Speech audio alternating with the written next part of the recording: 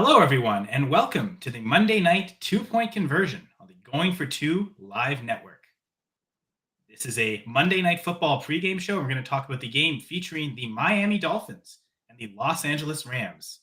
Stay tuned and enjoy what we've got to offer tonight.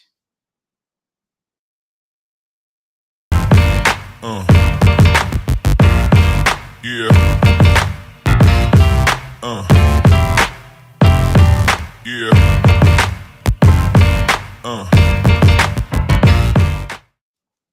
All right, everything worked. We're here. We're live on the Going for Two live network. Be sure to join us on YouTube, Twitch, Facebook if you want to join the chat and comment as we talk about this Monday night football pregame show. But my name is Kyle Senra, and as always, I'm very glad to have my co-host Gladys. Glad to have you, Gladys. Can I say glad more? I'm sure you're not too glad I'm doing that, but I'll let you talk. Hello, how are you? I'm good. How are you doing, Kyle? And Fantastic. our special guest, how are you?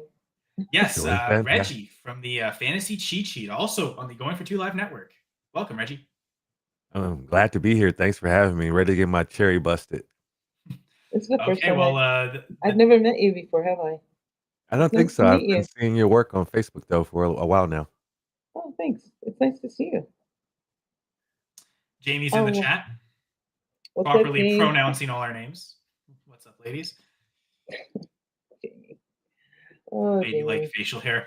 But Rams, Dolphins. And Reggie, you are a Dolphins fan, if I understand correctly. That is correct. Right. Sorry that they're not doing so well this year. But Gladys, I mean, your team got a huge win against the Commanders, so I'm sure you're super happy there. Yeah, the Steelers pulled another one out. Unfortunately, so did Baltimore, but that's okay. We're still ahead. Yeah, I mean, I know if maybe it's just seeing the Lions do so well. For the Packers' perspective, division or not, I just want to make the playoffs. Like that, as long as you're in the playoffs, and I think from a Packers perspective, I speak of the last time the Packers won a Super Bowl, they were the 6th seed. So all these times the Packers have gone in as the 1 seed hasn't really helped them. So as long as they're top 7 in the NFC, that's all I really care about. And from that perspective, the Steelers definitely look like they're on the road to the playoffs. And like even if a quarterback injury happens, Fields can still win them games. So at this point, I don't see how the Steelers aren't going to be in the playoffs. And from that perspective, it's, I think, successful season there. And then the second season has to then start and you have to win in the playoffs. But that's a whole other story teams are trying to get to. Are you just continually saying that out loud to try to jinx them? Is that what's happening right now? I'm just curious. Jinx who? The Steelers. Is that what's going on? You're just like, oh no, I mean they're not in the Packers conference, so I really don't care. Like that's actually genuine. Because I think we all expected the Ravens to win the division. Reggie, I don't want to speak for you, but like before the season, would that have been your pick to win the division? Yeah, pretty much. And Gladys, even as a Steelers fan, who did you pick to win the division? Steelers. Okay, well, you see, and you're super smart, so that makes sense. That so far that seems to be working out. But I think the conventional thought was Ravens would win the division, and I love seeing. I guess Gladys wouldn't call them the underdog, but I love seeing the surprise happen, the thing that people didn't expect. So I would love to see the Steelers win the division, and heck, even I'd love for them to be the 1 seed. So that means the Chiefs have lost games at this point for that to happen. So that'd be pretty awesome. But I mean, you're a Steelers fan. My best friend Achilles is a Steelers fan, so. Justin Fields is on the team, so like outside of Green Bay and Washington, just because of Jaden Daniels, like Steelers probably the third team I'm cheering for the most. So I actually am not trying to jinx them at all. So sorry that I've talked all this time praising them because maybe that does jinx them. I actually genuinely hope the Steelers have success. We were really close to the Ravens winning week 1 versus the Chiefs, and then this conversation changes slightly. We were within a foot, a toe, actually, of this conversation being slightly different. Right, that's a likely different outcome in that case. I think the Chiefs are probably one of the luckiest teams this year ever.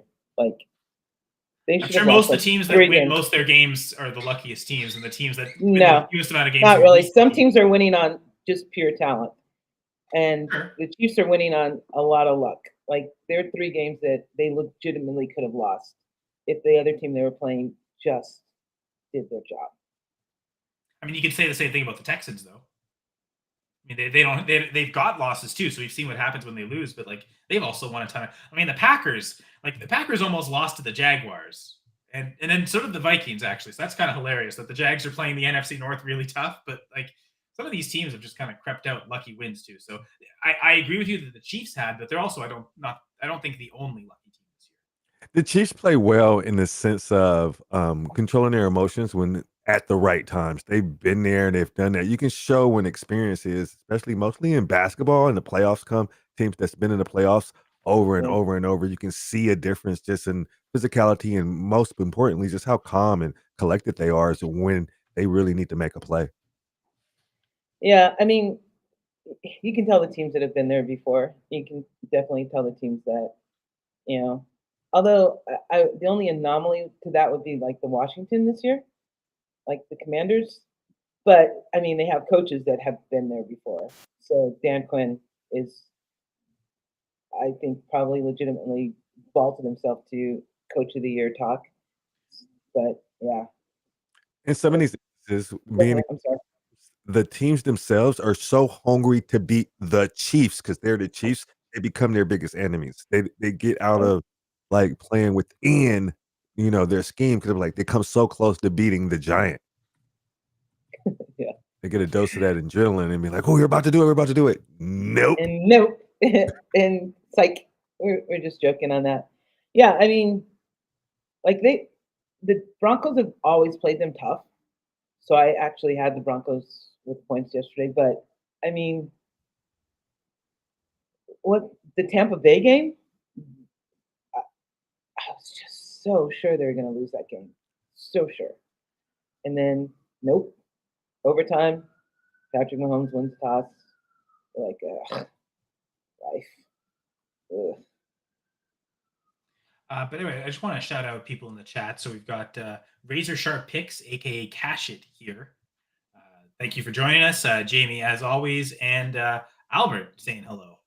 Hello, everyone. What up? Albert and Razor Sharp Picks. Jamie seems to believe you with the luck that the Chiefs would be 2-7 with bad luck. So. I didn't say 2-7. I mean, I don't know if they would be that. It would be. They wouldn't be undefeated. I'm not going to go 2-7, but they would not be undefeated. So you're saying that's the trademark Jamie outrageous comment of the episode? Well, I mean, there's always one at least. It's still early. Well, it's like there at least one. There might be multiple, but that Yeah. is that outrageous enough to count as the threshold of his first for the episode? Yeah. Well, yeah. Ooh, Albert is down by 35 with Achan and Puka left. I think that's doable. You need them to both go off. I know there's one league where I'm down. I think it's by about 26 with just Achan. So I'm hoping that I sincerely hope you get this, Albert, because it means that gives me at least a solid chance, unless it's all Puka. Why wasn't Puka suspended for a game? I don't think you always get suspended for throwing a punch if you get ejected. Now, I know this is again the Canadian bias in the NHL.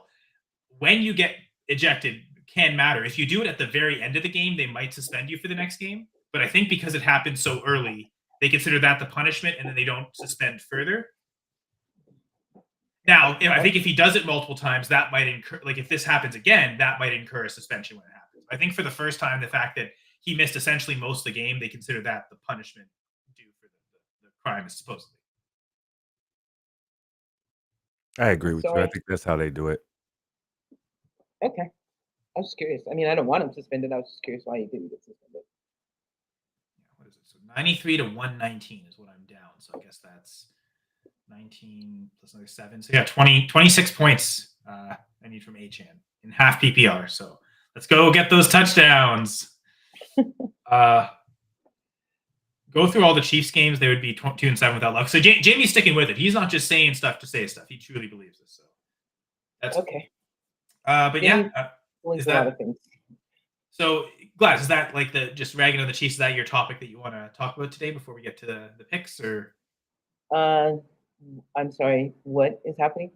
Well, do you want to talk about anything? Like, part of the show is we just get to talk about football stuff. So anything you want to talk about, anything on your mind, football stuff? Yeah. Yeah, no. I didn't see any of the games yesterday. I was working.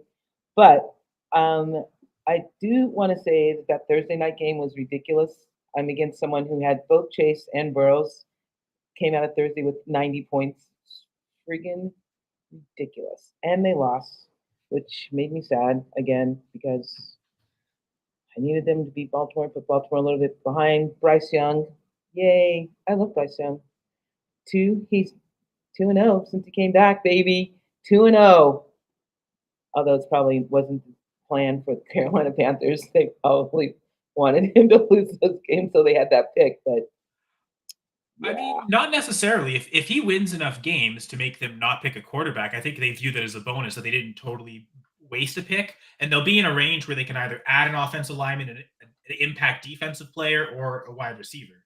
So I think, I mean, to be fair, if he wins enough games, the Panthers are going to be super happy. I think well, I mean, there's 2 games they want to left. at least salvage that first overall pick, and if he's winning enough games for them to not be in a range to draft a quarterback, I think they'll think that's a victory and they'll build around him and at least see through his rookie contract. So, but legitimately, like I think Bryce Young is playing for his future right now because if let's say they don't win another game for the rest of the year, sitting at 3 wins, they might not get the first or second pick at quarterback, but there might be 3 or 4 guys that come out and the Panthers get one of them, right? So he's got to, I think, keep winning games to ensure that he doesn't get replaced. Well, it's probably unlikely since the next game's against the Chiefs, but we'll see. Well, I mean, he doesn't have to like, win them all in one game, though, right? Too. I mean, like, I don't know what the rest of their schedule is like, but they're not going to play the Chiefs every week either. No, but they'll probably play that quality of team. Yeah, blocked field. I mean, they're 2 wins were what Giants and no disrespect, the Giants and the Saints. A lot of disrespect. I think they have 3 wins, don't they? Bryce is 2 wins. Oh, Bryce has 2 wins, sure, but I mean that's their record's going to determine where they are in the draft, right? So I don't really care about their record. I just care about Bryce's record. Well, I'm sure they care about their record, but yeah, but you asked me if I had something to rant about, and that's what I care about. Is he like 4-19 total? Yeah. Or something like that? Yeah. Has he ended? Yeah. I think he hasn't won a game on the road or something, or he's got like a 10-game road losing streak. I don't know if he snapped that finally. Because I know they were technically in Germany, London, but they might have still been the home game, the home team. I can't remember.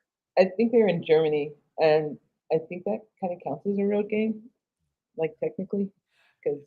But I mean, technically, it might not be right. One of the teams will still be because it's using up their home game, right? So that's one less game. I actually watched that one through and through, and it was entertaining to see the nucleus of the young team.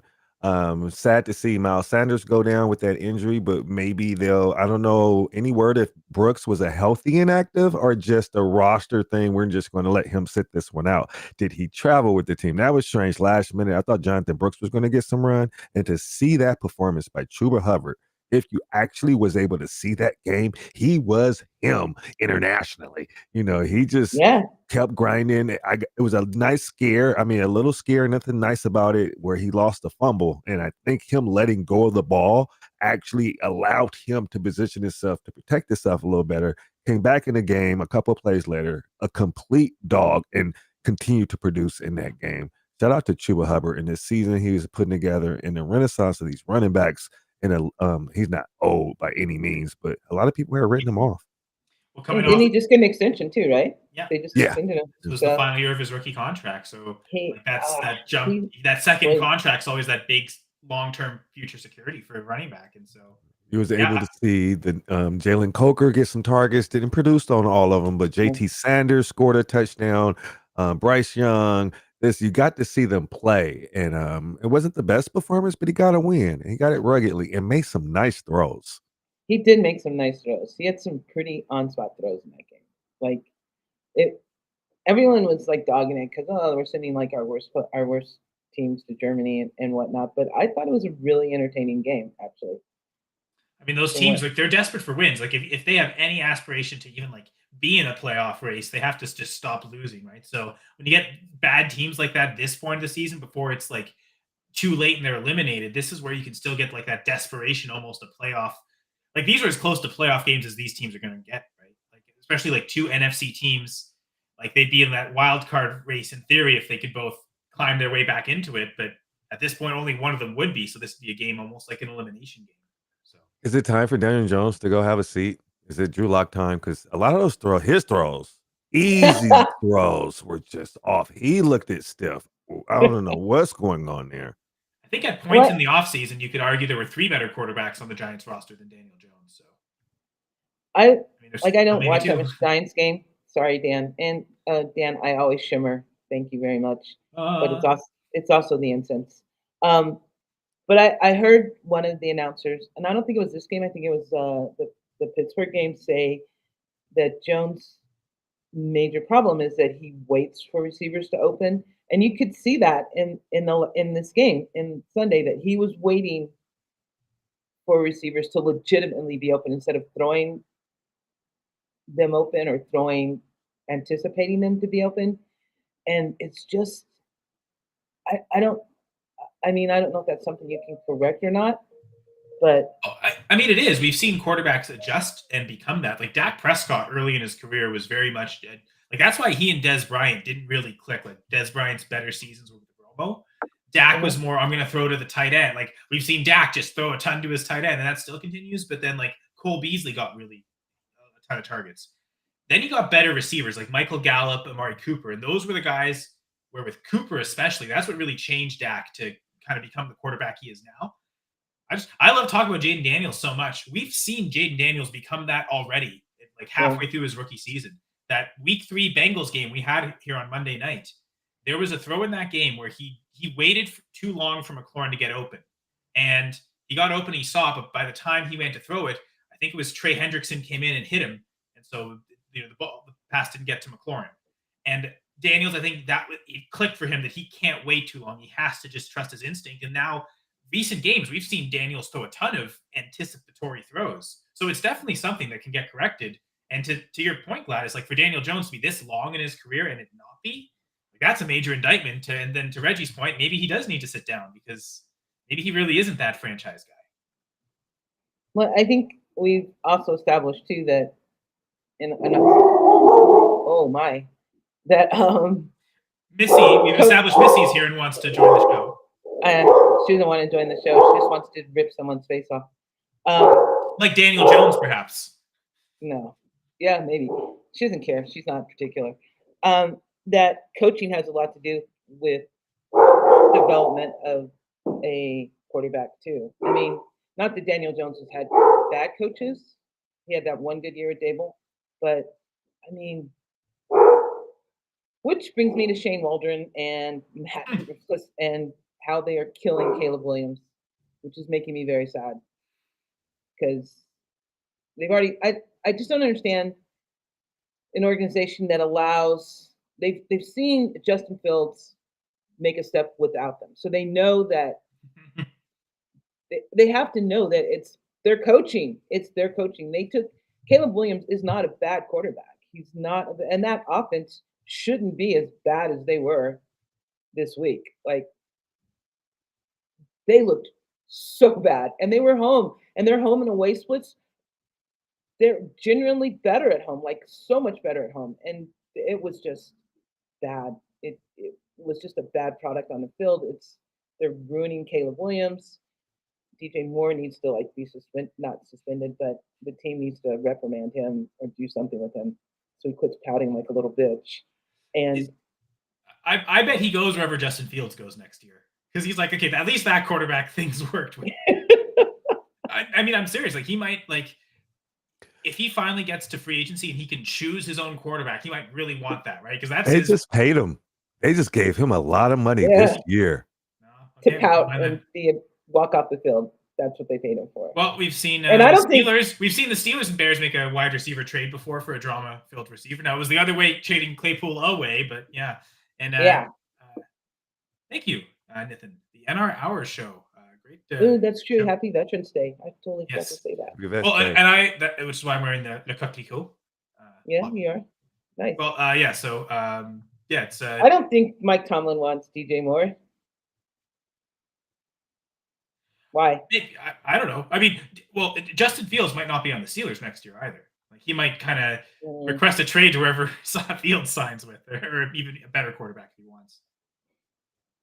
But yeah, I don't know. I mean, I think there's no way Eberflus can be the coach next year. Like it has to be. This has to be his last year, right? Like the Bears can't be that stupid, right?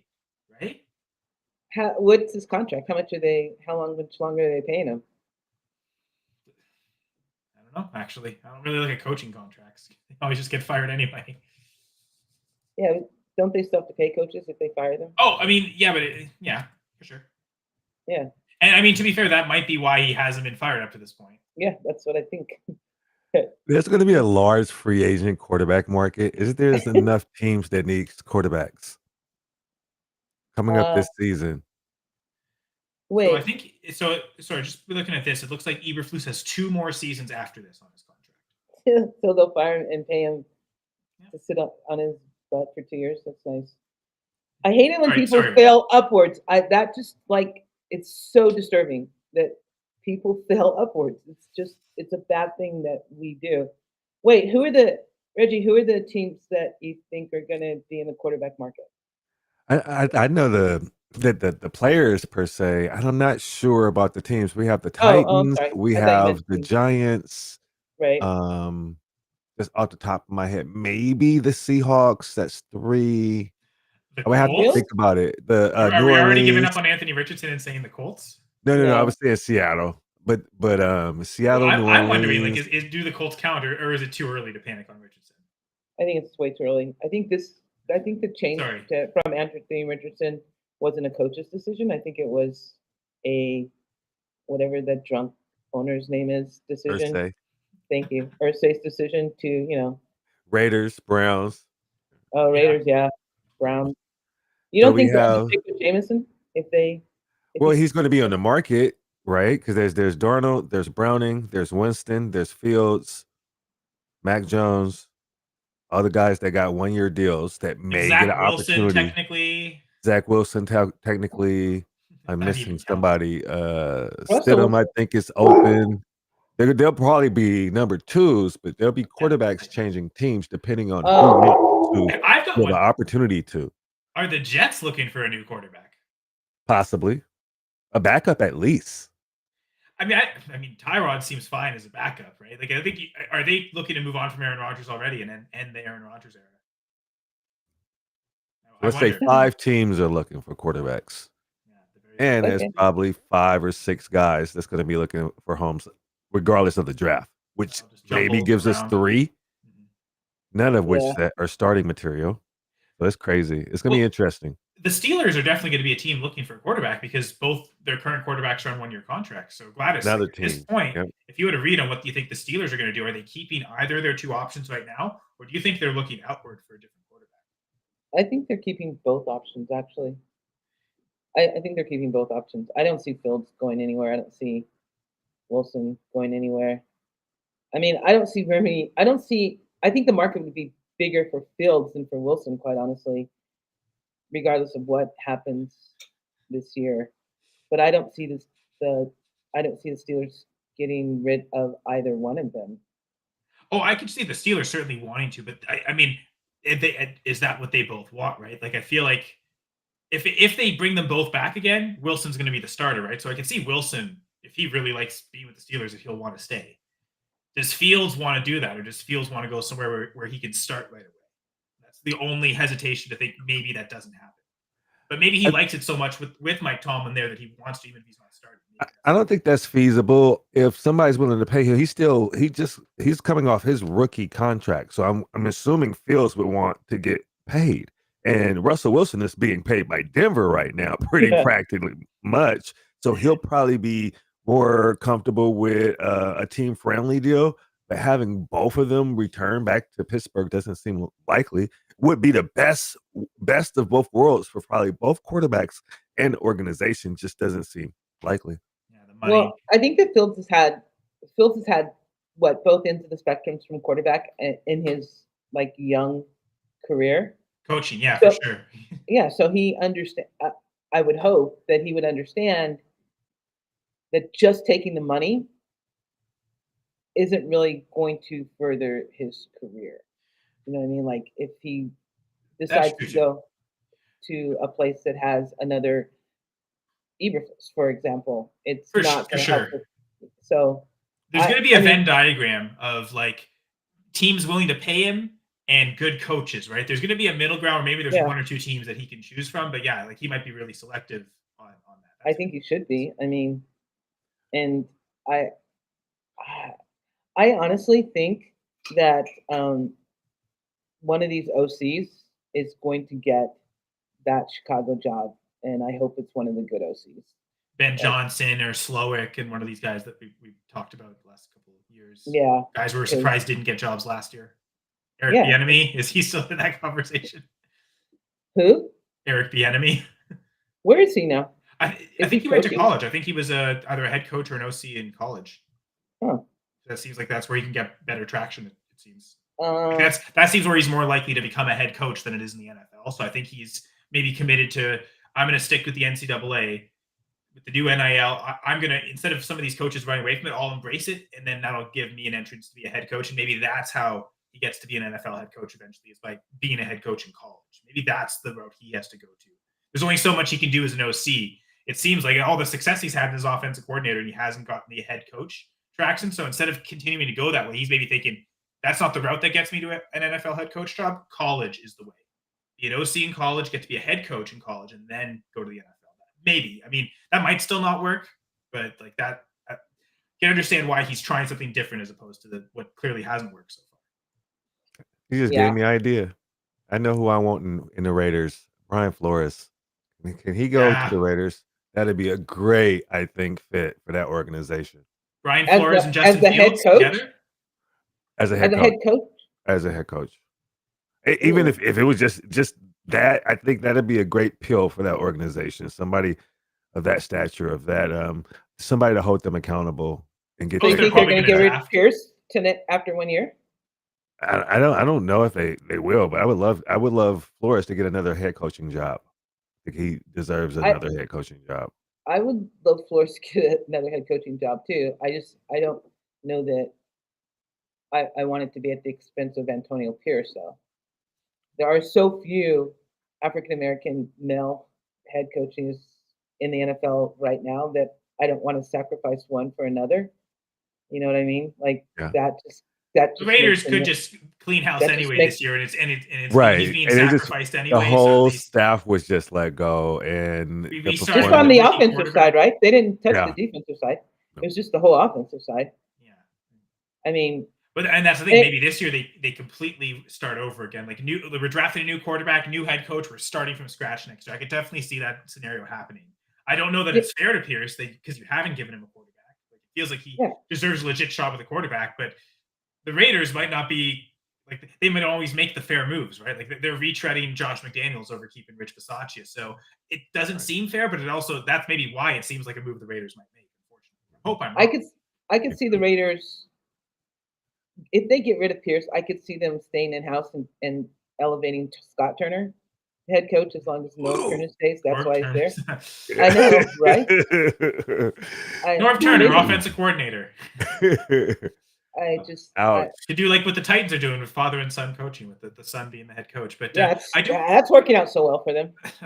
Well, again, give them a quarterback, right? Like Will Levis doesn't seem like the answer. So like I feel like Callahan and Pierce deserve to have legit quarterbacks, right? Whereas Eberflus has already had two. Like clearly he can't make it work with legit quarterbacks. So he's got to go. At least some of these other guys, it feels like they shouldn't just get one shot. Like they should get at least a second year, but who knows? I'm not an NFL owner, but I do want to raise your Sharp's question here. Is a blocked field goal considered luck?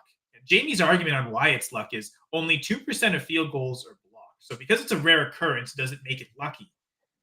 So just to ponder that question, because I have been thinking about that play, and it's not like one guy got through.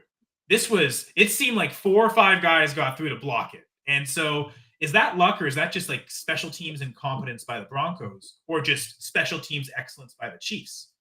And while Patrick Mahomes isn't doing it all on his own, the defense is incredible. And the Chiefs have always had really good special teams. Dave Taub, who's been their special teams coordinator for years now, I think since Andy Reid got hired, he's been one of the better special teams coordinators in the league. And the Chiefs have regularly graded among the highest graded special teams units in the league every year. So is it luck that they're really good on special teams? I kind of tend to agree with Razor Sharp that like this blocked field goal wasn't so much luck. It's clearly one team putting a lot more of an emphasis on that spot than the Broncos, who maybe so much focus has been on the development of Bo Nix. Have they not put enough emphasis on special teams? And then when a team that does you face, that's where it comes into problems. I don't know if that's Jamie's point. Does the fact that it happens so rarely, like it's like you don't always win on a blocked field goal, right? So that could be considered luck for the Chiefs. But I'm just gonna get your guys' thoughts on that concept of the blocked field goal and special teams being lucky. I don't, because it's a rarity does not make it luck. Is that the question? Is that what you're asking? because something essentially, happens, yeah. because something happens less than a percentage than you would like, does not mean that it's lucky. That would be my answer. So I guess no. No, it doesn't mean that it's luck. It means that it could be. I mean, it could be both. But I think that it might be luck that maybe, it happened on the game-winning play. Like if this happens on another field goal, there's still time to recover, and you might not win off of it. This literally won them the game, right? So the timing is maybe. yeah, Yeah, I think the moment might have been too bigger for the Broncos. I think experience won out. I think luck plays into it, but it could have just been a sense of the Broncos was celebrating already. Like, oh, we got this, we got this. It's just a chip shot. Oh, they didn't fire off the line on type. Somebody fired off slow. Somebody wasn't paying attention. And everybody on the Chiefs side of the ball was. They had a plan going in, out of the huddle. If they were going to block that shot, half that team looked like they knew they were going to block that shot. So I think that won out. Luck. I like your point that because it won the game, that changes. It's not as random your as perception. Yeah, right, a field goal in the first quarter, but was emphasis put on because everybody just sold out, had a little bit more in the tank, that experience won out, and they got the job done. maybe it's just karma biting Sean Payton in the ass because he's a dick. There's also that. There's also Could be that. that.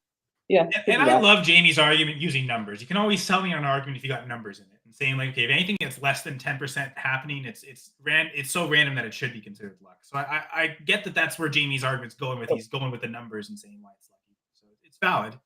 Numbers It's interesting discussion. So you can skew numbers. You can skew numbers to say anything. Like so is like the 2-point conversion. Look at our logo has a number in it. It's great. Yeah, I mean numbers. So is it luck that Antonio Pierce has a head coaching job because there's less than 2% African American coaches in the league? Is it less than 2%? I think it's less than 2%. Head coaches, yeah. Like that's probably in league history, right? Yeah. Right now there's okay, not this year, right? Yeah, because it's over. I mean, there's what 6 head coaches. Gotcha. Not just this year, historically speaking. Yeah, okay, that makes sense. Yeah, 2%. That would be Yeah.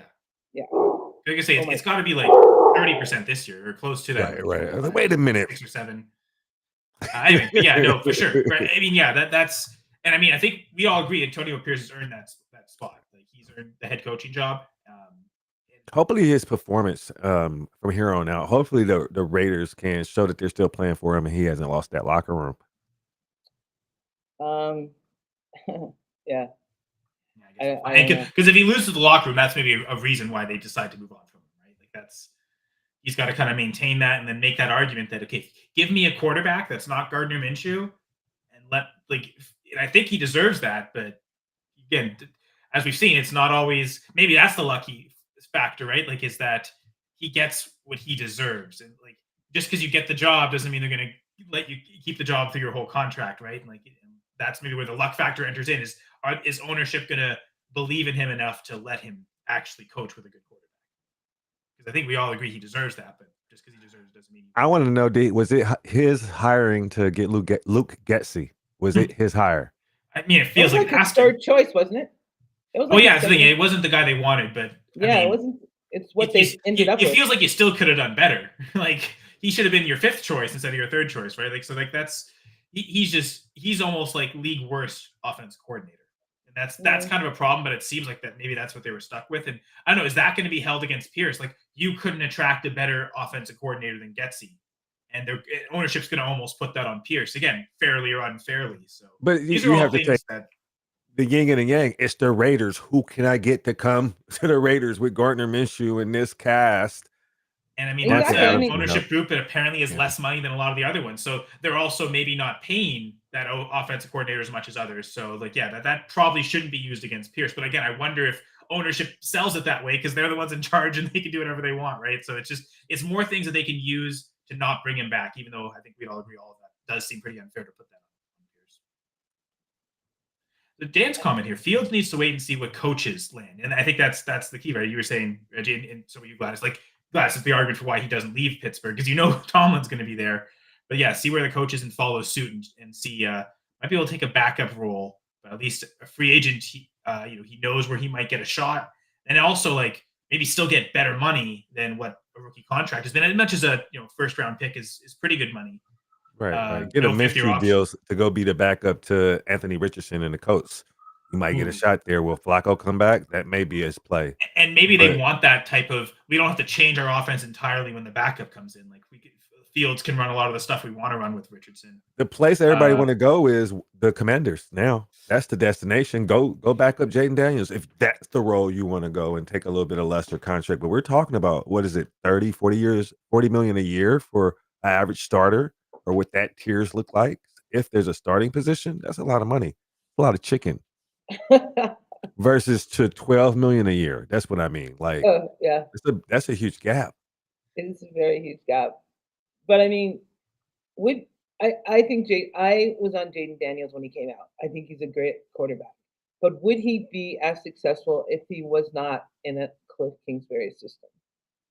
You know what I mean? Like if they had switched, if Jaden Daniels had gone to Chicago and Caleb Williams was in Washington, are we seeing the same stats that we see now? Not the same exact stats, but I do think Williams might be more successful than he is right now in the Bears, and Daniels might be struggling just because of that coaching aspect. I definitely think that's real, but I don't think it's just Kingsbury. Like if he went to a competent offensive coach that wasn't Shane Waldron, if he went to like a Matt LaFleur or that like Shanahan McVay style offense, like if he was in Atlanta, like if let's say Atlanta gets Jaden Daniels, he's probably successful there with that Zach Robinson offense too. Right? So you need a certain threshold. Luke Getsy and Shane Waldron are not it. So that's where the ultimate failing is at Chicago. Because now Eberflus has had multiple shots to take an offensive coordinator. It seems like he's failed every time. So yeah, that actually I think might be Eberflus's biggest failing is inability to actually build a coaching staff around him.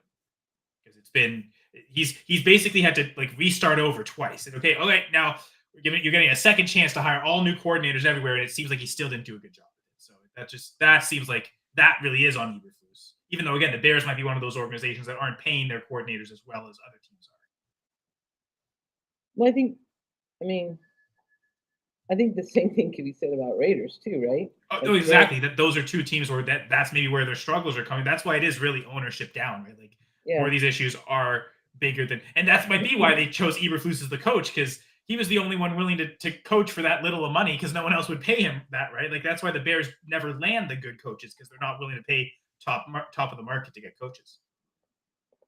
Ooh, which means that whoever they hire to replace Eberflus might not be that much better, and Williams is screwed anyway. So, sorry, Bears fans. And I think the Raiders just misguided money what they spend on. Like they're going to go out and get a Devontae Adams and then CTE Brown, and just how they put their personnel together, and the players they let go end up being productive elsewhere. It's just I don't know. It's just so I'm from Oakland, so I'm a Dolphins fan, but the Raiders is why. I love Dan's talk. Like, get Fields to Seattle, and you get McDaniel and that is it Grubbs, the offensive coordinator. Like that seems like that's a good match, where he's calling a really good offense for Geno, and Fields going there. That would be a good situation, I think. Where you've got maybe some stability. A fairly new head coach. You think he's going to have a bit of a track record, but he's also not in his first year learning on the fly. Like that's actually a really good point, Dan.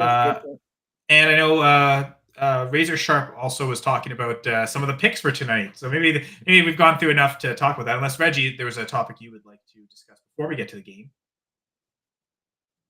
But we got total successful field goals over 1.5. So it's a prop pick for just both teams combining for 2 field goals or more. And then Dolphins. The Dolphins are minus money now? Interesting. Or is that an alternate line? I thought the Rams were favored. Rams are favored 2.5. Yeah, okay. That's what we have. And that's what we're going to be betting on. Well, that's what I have written down here. Oops, have the wrong over-under. I forgot to change it there. Sorry.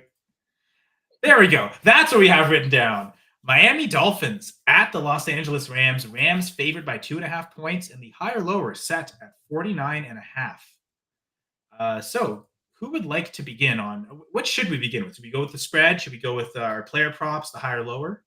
I think we should go with Reggie's spread. Oh. All right, Reggie. The guest starts off, so picking against the spread here, Dolphins, Rams. I'm going to go with the Dolphins. I'm just going to go with a homer pick. It needs to be a statement win. I don't like the Tyreek Hill, and now all of a sudden this wrist thing that crop up late. It seems very often. It's like the dramatics, but I want the Dolphins to come out and show us that they still have the offensive firepower, and for fantasy, get Mostert the ball, get HN the ball, Waddle the ball, Tyreek Hill the ball, and just go at it. This is not going to be an easy matchup, but they've weathered the storm without Tua. Let's see a high-powered offensive game from at least the Dolphins side. Let's just see. What did they score 73 points last year in a game? I want to see that kind of 45, 50-point game just from the Dolphins side. Just let it rip.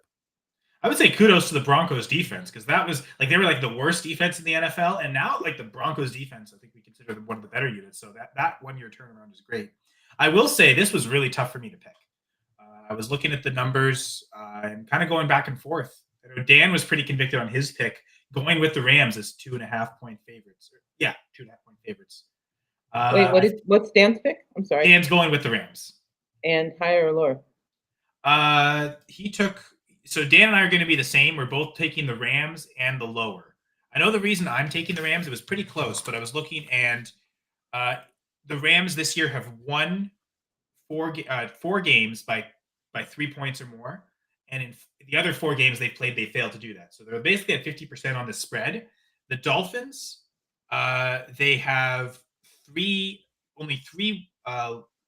They have 2 wins, and they have 1 loss by less than 3 points. But every other loss they have is by larger than 3. So like they've been allowing teams to cover like a 3-point spread a lot more. Now injuries have played a big part in both team seasons. And if you look at with the Rams fully healthy, like with Puka Nacua and Cooper Kupp, I think they're 2-1 in terms of covering a 2.5-point spread. And I think in the 3 games with Tua, they're also 2-1 in that regard. Like they've won 2 games, and then the other game they didn't lose by more than 3. So, or they did lose by more than 3. So like it was honestly, it was super close back and forth. But I just feel like with the Rams, with their healthy offense, they seem to be clicking and rolling more. Like as soon as those guys came back, they kind of hit the ground running, whereas the Dolphins still seem to be working their way there. So that's why I'm leaning the Rams. But curious where you're going, Gladys. Wait, I'm sorry, Reggie. Did you say higher? You're going Miami and higher? Higher. Miami and higher. You're going higher than the 49. I guess you're thinking that type of shootout game, right? Where the Dolphins could cover the 50 points on their own type thing. That's what you're hoping for. I'm going higher, but I mean, I don't know. I will say this ties at 49.5. It ties for our highest higher lower of the season. Week 7, we had Ravens Buccaneers also at 49.5. Gladys, you and I took the lower in that one. Dan took the higher, and he got that right. So the last time we had a higher lower this high, the higher did hit. So to your credit. Yeah, and you're talking about 2 teams that have no problem like putting points on the board. Talking about a Rams defense that allows, I think, the highest yards per attempt if a quarterback throws within like 2.25 or 2.59, and Tua definitely is the quickest release going. But I just don't like Dolphins need to win this game. So do the Rams, kind of, but the Dolphins need a win badly in this game. But I think I like Sean McVay way more than I like Mike McDaniel as a coach. So I'm gonna have to go the Rams 2.5 higher. What that does is between Dan, Gladys, and I, that's unanimous, and all 3 of us taking the Rams as 2.5-point favorites. So so far this year, we are 3-5 on unanimous. But we are coming off last week. We got it right. We all picked the Buccaneers as 9.5-point underdogs, and the Chiefs only won by 6. So we actually got it right last week for that. Actually, shout out to last week's results. I forgot to totally mention this. Dan went 3 for 3 his first time this year. He mentioned the Bucs. He took the higher last week, but Gladys, there was another instance where you and I took the lower and Dan went higher, and he got it right. And then Baker Mayfield threw for less than 240 passing yards. So Dan totally got the right on that. Got it right there too. So 3 for 3. Collectively, we went 7 for 9 last week, and we've gone 15 for 18 over the last 2 weeks. So shout out to us for doing a bit better these last couple of weeks. It's just, I think this is going to be You were due. I think this. I don't know. Like it's really hard pick. Like you know what I mean? Like the No, Miami needs I to struggle. win. Miami needs this win. And if I had any more confidence, like their coach kind of Reggie, let me ask you, since you're a Dolphins fan, do you think that your head coach, was overhyped in his offensive guru status? I think TBD. He's still getting his wings. I think the coach there and what he wanted, he has a vision that he hasn't been able to execute because he hasn't had all his weapons available to him. So uh, Yeah, he has them now, so there's no excuse. but but wouldn't one of the qualities of making him a really great head coach is that he can execute a plan or pivot to a plan when like his weapons go down? I think that the way his unique skill set and how he creates his offense, there is no plan B. It's all Okay. or nothing. And I think that is possibly because of we saw how important Tua really is to that offense. And Yes. without Tua, nothing he can put together can be executed properly. And I wish I could have seen the games when Tua wasn't in there, but looking at the box scores, it's like, wait, we go from this to this. There's no in between. It's all or nothing, it looks like. Oh, for Yeah. sure. I think Gladys, you hit on it. Like Tua's got the quickest time of release. The use of play action with his quick time of release and Yep. throwing aggressively downfield, like that's a convergence that no other quarterback fits. And Right. like quarterbacks used to like that's how they used to want to play quick throws in the pocket, like Tom Brady, Peyton Manning. That's who they used to be. So many quarterbacks have become like Aaron Rodgers and Patrick Mahomes and have leaned to that style of extending plays that now Tua represents kind of an old school philosophy at quarterback that's actually rare to see. So there are no Tom Brady's or Peyton Manning's in the league anymore. Tua is maybe the closest there is to Tom Brady right now. And like to Reggie's point, no one else is really that close, and anyone who is isn't available. Like the like Tyler Huntley's the best that the Dolphins could do to go get, and Huntley's like he's almost the opposite. He's again a play extender, use his legs. He's going to run a lot more. Like it's a very different style, and unfortunately, it's super tough to on the fly change your playbook. And I think we maybe took for granted how good of a coach Jim Harbaugh is and how the Greg Roman offense with Lamar Jackson, because his rookie season, Flacco started the first half and then they transitioned midway. But I think what I've kind of thought back on is that was clearly the plan all along. They prepared for that in training camp. The players knew almost like there was two sections to the playbook. So the players are learning a whole playbook. Half of this is for Flacco, half of this is for Lamar. So when Lamar goes in, the players already know what they're doing. For the Dolphins to build an offense around Tyler Huntley in just a matter of weeks, it's almost impossible, and it almost hurts you because then when Tua comes back, you've got two different offenses on the mind, and that's why it really didn't work. So yeah, unfortunately, like was Mike White actually the best option to do that? And if so, why did the Dolphins get rid of him? Because he was the backup all last year, was the guy through training camp, and then they just before at the end of like the cut down, they chose to keep Skylar Thompson. And I mean, Mike White, I don't even know if he got signed anywhere. So why wasn't Mike White the guy you went to? Because that seemed like that was the plan last year when you had all these injury concerns with Tua. So I don't know what you think, Reggie. Would you have just liked them to keep Mike White and at least he can be closest to Tua in that regard? They thought they saw a diamond with Tyler Huntley because performed so well in the preseason, I think. And I think that's when the coaching he self-destructed because that would have been the go-to move to bring Mikey White back for when Tua got hurt. He's familiar with everything and deserved a possible opportunity. I think they thought they wanted to go with Skylar Thompson. They had more faith, but after seeing him having his injury, I thought it was strange that his injury took so long and Tyler Huntley got more than one shot. So that is dumbfounding that Mikey White was maybe there's something behind closed doors we don't know about because that was a head scratcher for me also.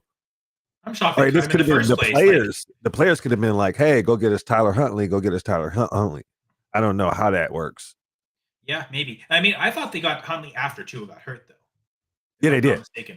Yeah, So they like did. their plan for the season was Skylar Thompson was going to be the backup, and like that they quickly pivoted. But again, I'm confused as to why the plan wasn't Mike White all along. Because again, they had him on the team. It seemed like through training camp he was going to be the backup, like previous season, and then just decided at the end to not keep him. I don't really know why. I think he actually was pretty expensive to us as backups are concerned. I Certainly, think it was yeah, because I think that monetary when they reason signed him why. on a 2-year contract the previous year with the Jets, he actually looked good. Oh, he's better than Zach Wilson, which is clearly a very low bar. And yeah, Dan thinks like they're protecting Tua too much, and maybe that's why he's thinking he still thinks they're the full Dolphins offense, 73 points. They're a little scared to go full throttle, especially in a year where it doesn't look like they're going to make the playoffs. Like, okay, let's just get Tua back in a rhythm where we can protect him and like figure out something long term.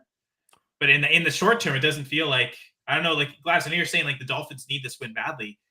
The Rams probably see the fact that like the Cardinals leading the division at 6-4, like that's the division title is still attainable for them. Whereas like the Dolphins to the Bills, it's like I think the Bills are like 2 or 3 games away from clinching the division title. So I feel like the Rams are more energized by the fact that they could still win the division. And like now they've gone on a 3-game win streak. Like they feel like they're in the mix right now. I wonder if they're still going to bring the better sense of urgency, even though, like you said, Gladys, like the Dolphins, if they have any playoff aspirations, this is very much the Giants-Panthers game. Like they needed a win. Like this, they almost have to treat this like an elimination game. And it feels like, to Dan's point, are they just a little afraid to do that with Tua? And I guess that's maybe why Dan is selecting the Rams. Wait, Dan took Miami? No, he took the Rams, No, right? he took the Rams, right? Like, because he's thinking that the Dolphins are still a little afraid to unleash Tua fully. Okay. I mean, I'm going to take the Rams and 2.5 because 2.5 is so low. If it was a point higher, I probably would go with the Dolphins. But I just have more. I have more confidence in McVay. I have more confidence in if they're at home. I mean, that's a hard call though. I mean, I really think it is a hard call. But I'm going to go Rams 2.5 higher. All right. So now let's get to the player props. I know Dan, his is Kyren Williams, half of a touchdown, rushing or receiving. So if he passes one, it doesn't count. But Kyren's touchdown. Yeah. Well, he saw it anyway. Dan, is Dan taking like the props that you get if you just like sign on to Underdog? Hold on. I don't know. I'm actually, I don't have my prop yet either. So Gladys, I don't know if you have yours ready to go. I have Tua higher than 254.5 passing yards. 254.5. Yeah. Okay. I have mine. I did a little 5-legger today. Oh yeah. If you want to talk parlays, I think Jamie has one too. So yeah, if you guys want to share those as I search for a line, I'll ask Gladys about it. I think can you guys? I never did it from this side. I just shared it right there. These are my 5 picks for tonight. Demarcus Robinson lower than 31.5 with Tua and Cup being back. I got all these in the same game. Makes the game really interesting. I took the lower on Kobe Parkinson, 15.5. I know. As soon as I seen the news with Tyreek Hill and this risk and possibly not playing, he was the first pick I picked in the efforts of, I did not know I picked receiving and rushing, but that always happens when I'm trying to get in ahead of the curve. Yeah, but I took that thinking he might not play because it still counts, I think. I took the lower on Cooper Kupp because I think he'll be right around that. And I took higher than 30 yards rushing, the over on Raheem Mostert. Those are my picks for tonight that I'll be watching for. Just personal messing around. I had an 8-leg parlay last over the weekend. I hit 7 of the 8, got the flex, and then just let it ride on this bet with these 5 picks. What's the one that you missed? Nicole Hardman over 9.5 yards receiving. He had 3. That helped me out of the big money. Okay. Nicole Hardman, all he needed was 10 yards receiving. Gladys and I have gotten hit a couple times by that. We're missing by 1 yard or 1 catch. Yeah. No, definitely is the case. It felt good. It still felt good. Like, oh, what if I just left him off? But I didn't have to throw him in the parlay. We tend to go for a lot of hires on the show. I think this year there's been maybe 3 total picks that have been lower between like the 3 of us, Gladys, Dan, and myself. So like we do tend to stick heavy to the higher. So interesting to see your 5-leg parlay with 4 of them going lower. But okay. So yes, you said higher, right, Gladys, on Tua's yards? Yes, I did. I'm sorry. Let me see Reggie's parlay again. I'm sorry. Okay. I will share. It's be like, how did you take the over in the Dolphins and your parlays this, right? Well, I mean, you think one player that's not there is Achane, right? So and again, Right. going higher on Mostert too, is you're thinking the Dolphins can get a lot of those explosive plays on the ground. He's been averaging 10 carries a game. This is considered, I guess, a neutral matchup, and he's gotten 30 every game he's gotten. But one, he had 9 carries, and I think he had like 28 yards when I looked earlier in that game. So he's been getting almost 50 yards a game consistently. So I just like they're gonna give him 10 carries. On 10 carries, I think Raheem gets 30 yards every game. I'm gonna I'm bet it that interested way. in why you went lower on Cooper Cup. Like the Dolphins Because of having aren't the Dolphins a slot funnel team?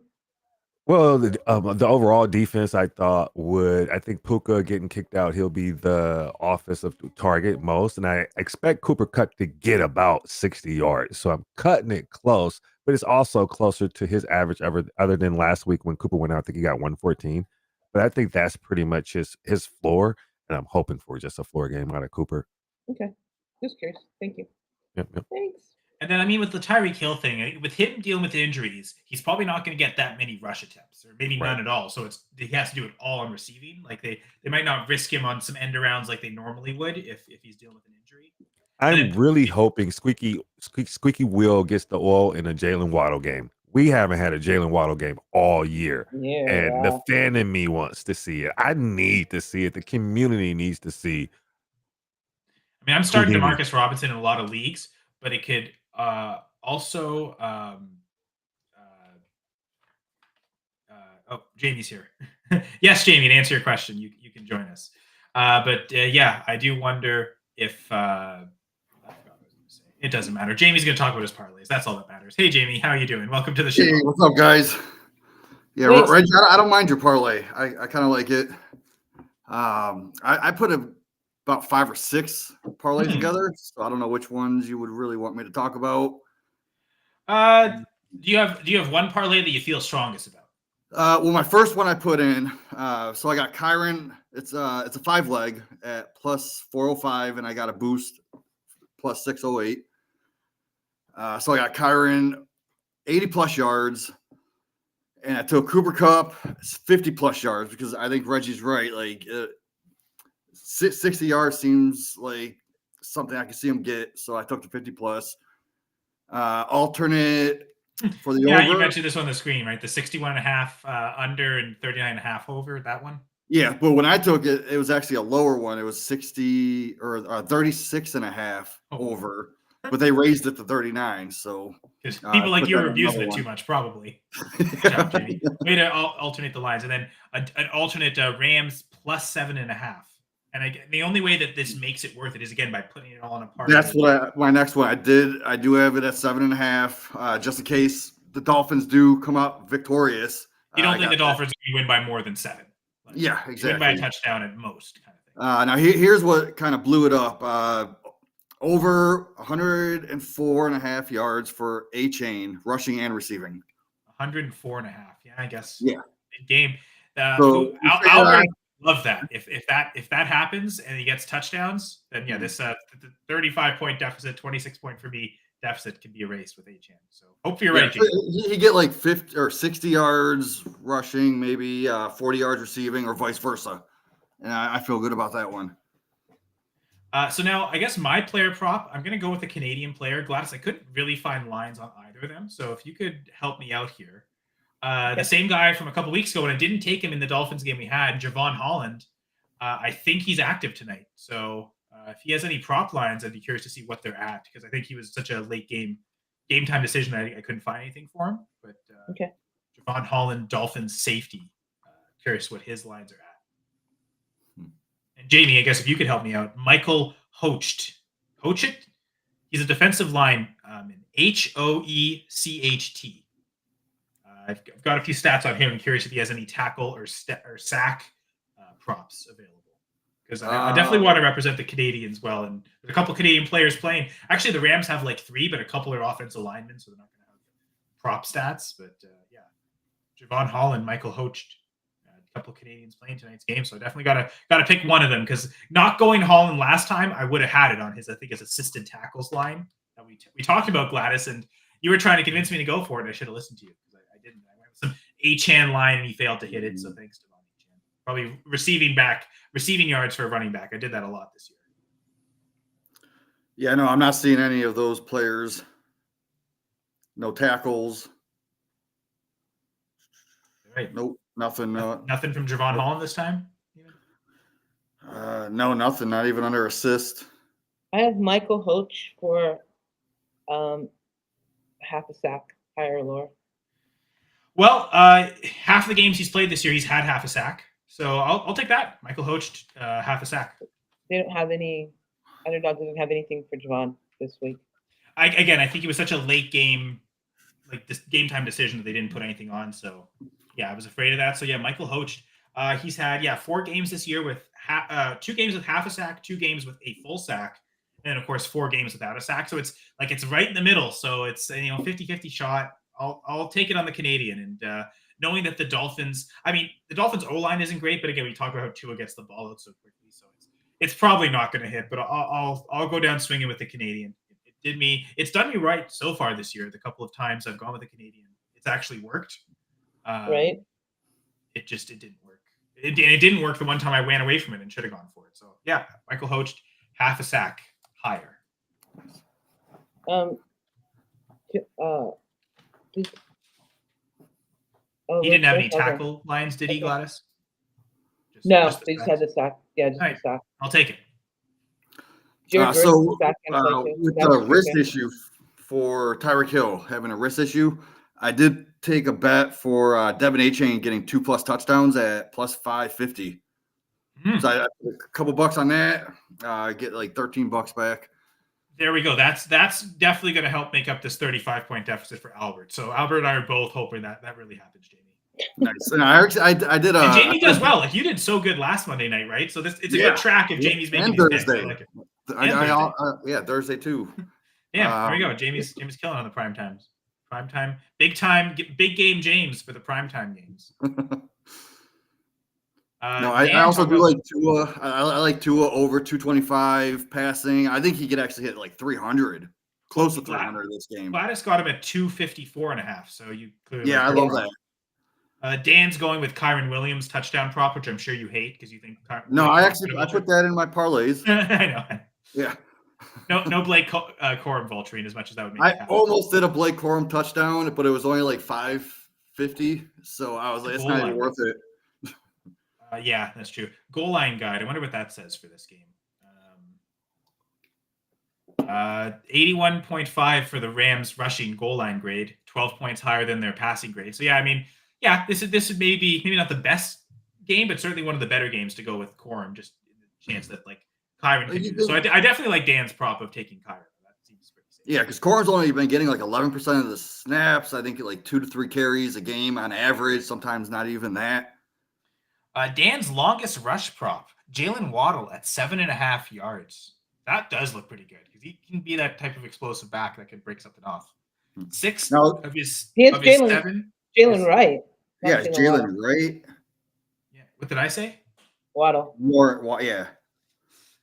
Jalen Wright, and apparently 6 of his 7 is games 9 is like 9 or more is his longest. So 4 games over 12 is as long. So Dan, my question is, why do you think Jalen Wright's going to get the longest, or is that just for Wright? Like I imagine his longest rush is 7.5 yards. Okay, yeah, I like that because I was going to say like A-Chain will probably get like a 13, 14. For sure, yeah. Which player gets the longest rush? Yeah, no, that's a different pop. Okay. Yeah. Jalen Wright, Kyle. Jesus, don't set me up, pal. Exactly what Dan's saying. I'm so sorry, Dan. Dr. X, right? Dr. Freddy. I can never do these names. I almost get Jamie's name wrong. I do like Cooper Kupp over on the yards though, just because Jalen Ramsey is gonna probably be more on the outside. Like he doesn't shadow that much, so he'll be covering Puka a lot. So I just think they'll funnel through the slot because 65% of the time that's where Cooper Kupp plays. Yeah, certainly. Yeah.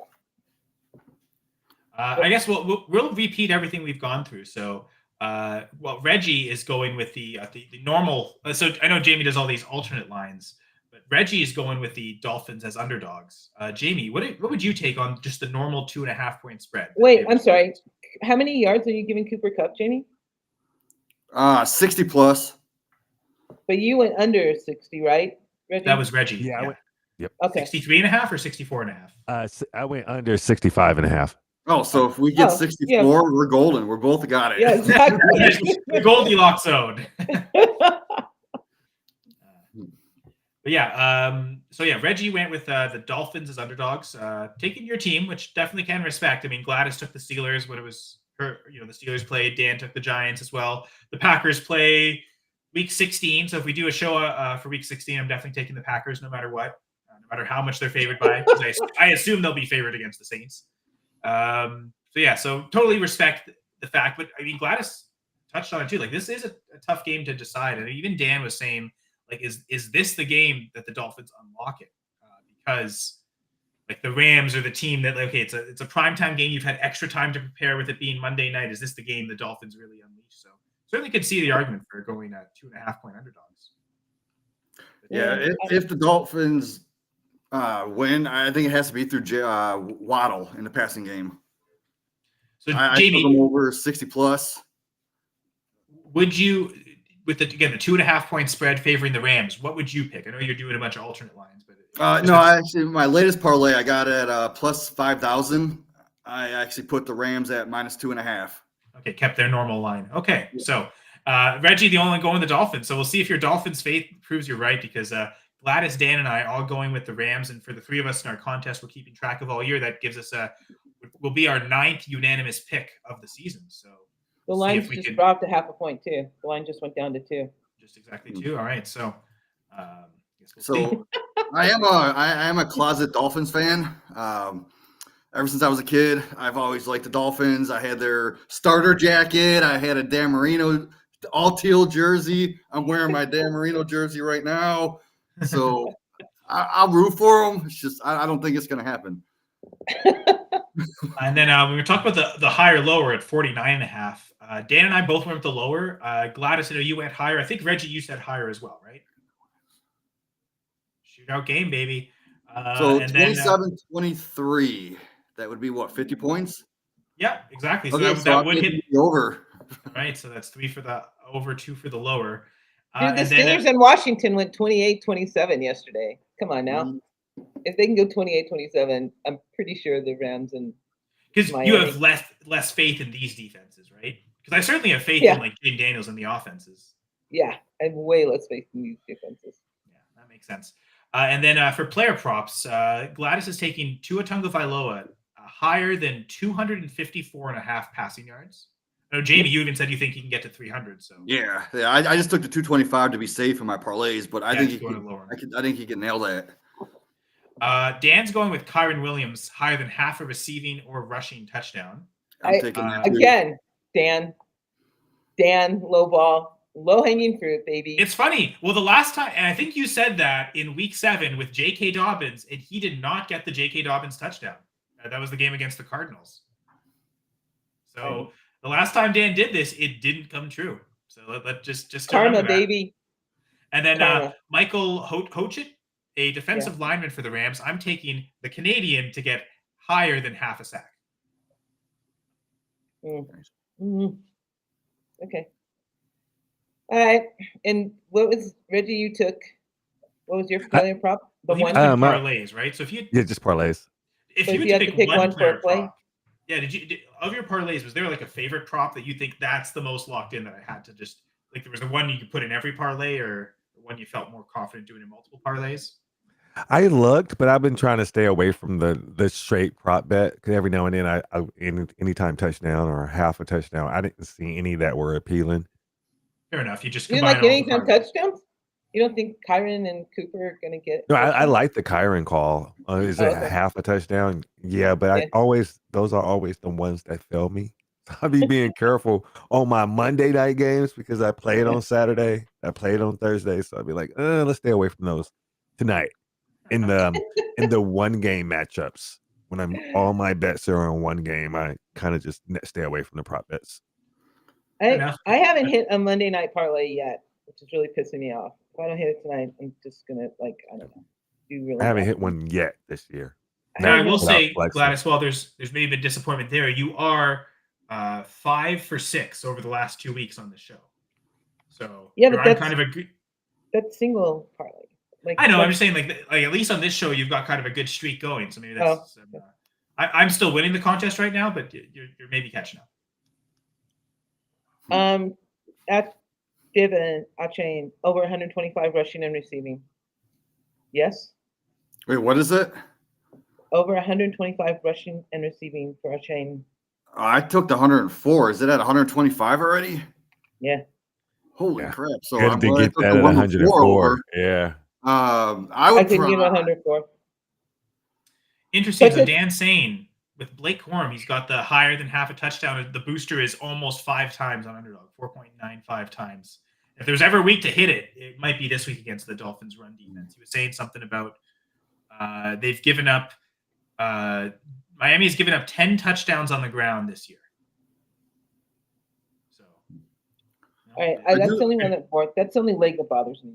But that certainly is why Dan's going with Kyren Williams. He feels, I guess, much more confident this week than with J.K. Dobbins. At least, he must hope he feels. Well, I was looking at the Dolphins' running defense. I don't think they allowed under 80 yards. So it's 80 plus yards every week, and it's usually 100, 115.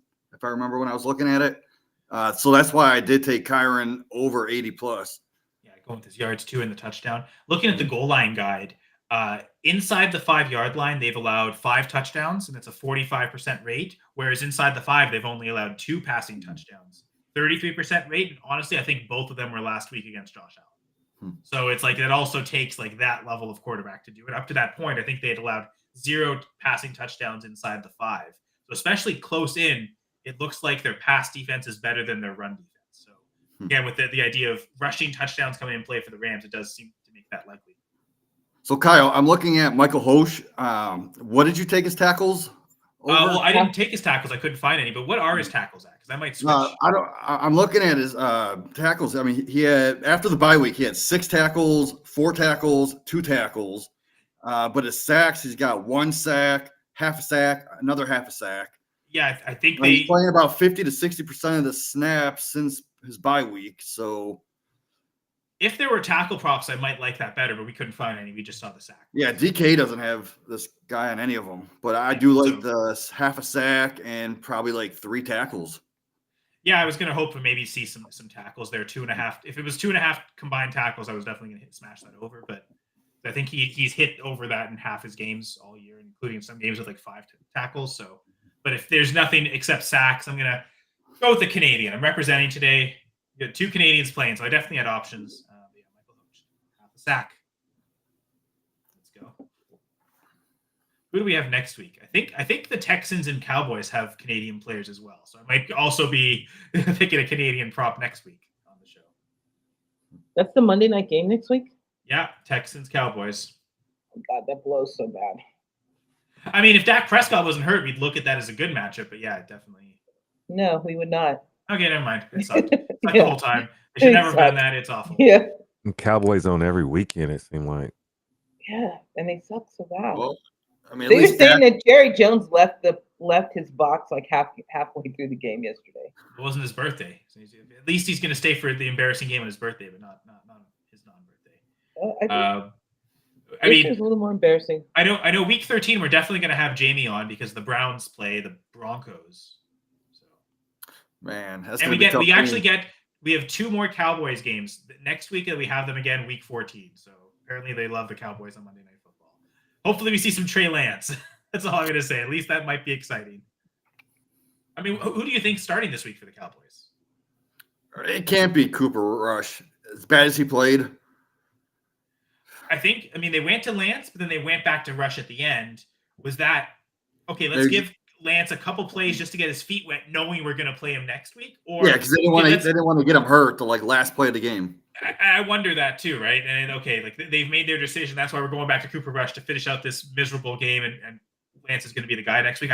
That's what I'm thinking too. But And Mike McCarthy makes some weird decisions sometimes. Right. They was like, oh, that's a package. That's a package. Oh, it's a throw-in situation. Now we're going to put Cooper Rush back in. I was like, what was that all for? McCarthy's never had to deal with this, right? He's had Aaron Rodgers forever, now Dak Prescott. Like, as a head coach, he's never, and like, well, yeah, he started with Brett Favre, right? And it was like the GM's decision to move on from Favre. Like, McCarthy has never had to actually make a quarterback decision in his life. This is really the first time. Is like, who do you play in favor of Dak? Because, I mean, like, when Rodgers got hurt the one year, it was Brett Huntley the whole season. It should have been Colin Kaepernick. He was available. They could have just signed him, but no, the Packers were idiots. The other year it was they had guys like Seneca Wallace and someone else, and they eventually traded for Matt Flynn back because, okay, at least he's competent. But, like, you know, McCarthy's never really had to make a tough quarterback decision for a long stretch, other than let's just keep sticking with Brett Huntley, right? So, because we saw them stick with Brett Huntley, now there was no Trey Lance on the team, so no really good alternate anyways. So I don't know. I can see him just sticking with Cooper Rush because he's Mike McCarthy, because he's that, like, just set in his ways, right? It shouldn't be the case. It should definitely be Trey Lance, but it's Mike McCarthy. You just never know. Yeah, like on 23 attempts, like, you're really throwing for 2 yards an attempt. Yeah. Because he had what, like 45 yards? I know, it was crazy. Yeah, 45 yards and like at the end of the third quarter. Yeah, it was nuts. But on six of Trey Lance's attempts, he had like half of that. On 6 attempts, that's it. Like, they can't stick with Cooper Rush. I agree with you, but again, does Mike McCarthy agree with you is really the only thing that matters, unfortunately. Trying to trust Mike McCarthy to make a decision. Right. You're going to go from one person that throws 5 interceptions to another one that's going to throw 5 interceptions. At least Lance, though, does bring the other dimension of rushing. Like, does that open things up for their offense? Where I just think they have to. Like, let's see what you have in the kid. Maybe that gives some value to be even able to trade him at some point to really help bolster the depth of this team. Like, has Anthony Richardson even had that bad of a game, throwing like 25 times? I think his problem is the completion percentage, but like the yards are definitely there. Like, he will throw for big yardage, so that, like, the yardage has never been his issue. But to that point, like, yeah, he's never thrown for just 45 yards, even with the low completion rate. I don't think he's throwing for just 45 yards. So yeah, you're right. And there's a reason Cooper Rush has never started another game other than for the Cowboys in his whole kickoff. Kickoff is now. All right, let's get this money. I guess we're kicking ourselves out of here. But thanks everyone for joining us here on the Going for Two Live Network. Again, we're here every Monday, and then a couple of co-hosts from the Fantasy Cheat Sheet have joined us. Reggie here tomorrow. Yeah, so tomorrow at 9:30, almost just a little bit over 24 hours, about 25 hours from now. This bump. Yeah. And you guys do a great job, by the way. All 4 of you, Jordan and Mike as well. It's a great show. So glad that you could bring a little bit of that energy here to us tonight. Thanks for having us. Thanks for being here. Tell me what sorry, but like Mondays, Tuesdays I work, but I don't work this Tuesday. What's the cheat sheet? What do you guys talk about? We have like a real or fake segment. So we go and talk about like which player had a fake performance or a real performance. Okay. I do a buy or sell segment. Reggie has his rant of the week. Mike I'm doing quotes, and then Jordan does a randomness topic, and then Mike does a rant, and I do a press conference quote or something. I digest it, consumed over the week. So we bring up a topic like that. Then we each give a waiver wire pickup at the end. The cheat of the week. Mm-hmm. All right. Okay. I'm in. I'm done. And this is a great promo for our listeners too, who aren't used to watching the Tuesday night show. But yeah, the cheat sheet is awesome. Definitely encourage people to watch it. So not what I thought it was going to be. I'm so in right now. Get all the answers to the test. It's like a cheat sheet. But so appreciate everyone for that. There's tons of great shows every day of the week on the Going for Two Live Network. So subscribe on YouTube. Remember to like and comment on the videos. Appreciate that. Reggie, Jamie, appreciate both of you. And as always, Gladys, I super appreciate my co-host. Minus 5 yards. Oh my God. All right. Bye. Bye, y'all. No, we got to back up. But